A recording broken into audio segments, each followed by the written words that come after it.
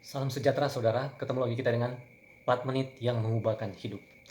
Saudara, kemarin saya membaca berita tentang sepasang, ada seorang suami istri, mereka naik ke tebing, kurang lebih tingginya 300-an meter, dan si istri eh, dia sudah hamil 7 bulan.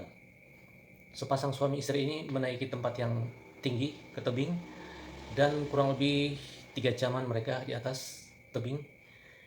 Ini berita dari luar negeri ya saudara.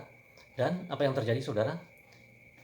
Istri ini kemudian jatuh dari ketinggian 304 meter dan bersama dengan anak yang di dalam kandungan berusia 7 bulan meninggal.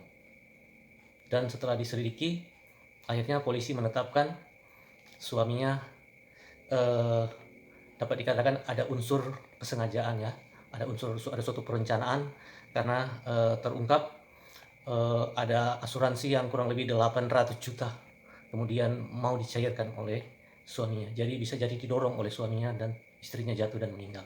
Dan saudara, di hari-hari ini setiap hari pasti ada orang yang meninggal, dan banyak termasuk saya dan saudara, kita sedang antri.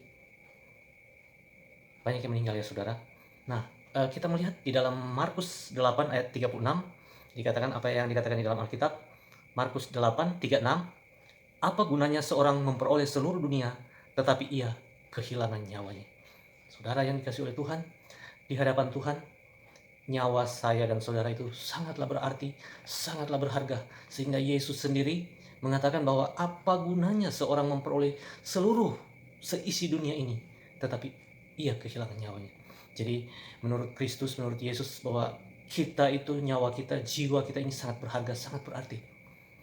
Dan pada waktu-waktu yang lalu saudara, saya sering mengirim mobil ke luar kota, ke Banda Aceh, ke Bali, ke NTT, dan di jalan saya sering melihat ada orang yang sudah meninggal. Kadang-kadang truk sama truk tabrakan, kadang-kadang truk sama motor, jadi banyak yang meninggal ya. Dan saudara, Alkitab sangat sangat mengatakan bahwa jiwa kita sangatlah berharga. Engkau dan saya sangat berharga di hadapan Tuhan. Kenapa?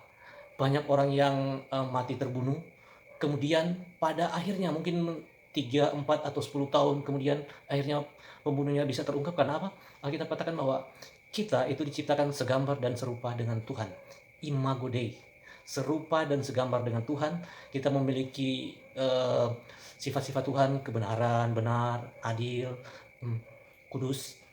Sifat-sifat ini ada juga di dalam kehidupan kita sebagai manusia ciptaan Tuhan ya, yang sangat-sangat berharga ya di mata Tuhan. Secara jasmani kita, secara tubuh kita, sebetulnya kalau dihitung-hitungnya kurang berharga. Yang menjadikan kita berharga adalah adanya roh Tuhan, adanya roh di dalam kehidupan kita. Saya pernah membaca ada seorang yang menulis zat-zat yang ada di dalam tubuh kita, jika dirinci, mungkin zat besi yang ada di dalam tubuh kita hanya bisa dibuatkan dua buah paku. Jadi kita melihat ya, tubuh jasmani kita yang dari debu tanah, tetapi kita bisa menjadi berharga karena ada roh Tuhan di dalam hidup kita. Tuhan menjadikan saya dan saudara sangat berharga di matanya. Nah,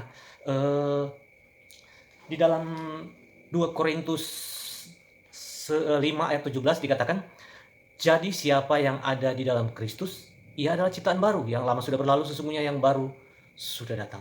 Dikatakan, jadi siapa yang ada di dalam Kristus, ia adalah ciptaan baru. Yang lama sudah berlalu, sesungguhnya yang baru sudah datang. Lewat program 4 menit yang mengubahkan hidup, saudara, dikatakan ketika engkau berada di dalam Kristus, dikatakan engkau akan menjadi manusia yang baru, ciptaan yang baru, new creature. Dan engkau dan saya berharga, sangat-sangat berharga di mata Tuhan. Sampai ketemu lagi saudara, Tuhan memberkati. See you again.